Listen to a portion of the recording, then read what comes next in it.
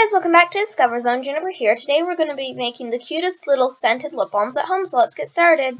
These are slightly tinted depending on how much food color you put in it.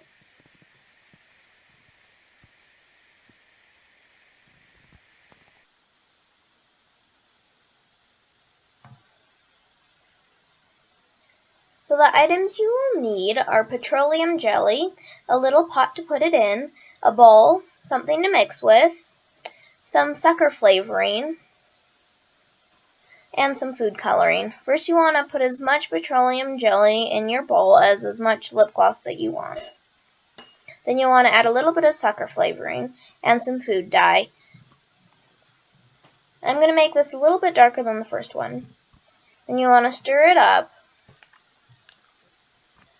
Then put it in your little pot. You can use the flat side of a knife to make it smooth.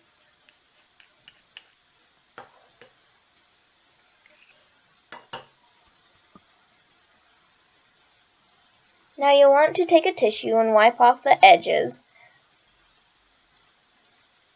There will be a lot of excess. Now you can put your little lid on and you'll have the cutest little DIY lip balm ever. These are great for gifts or anything.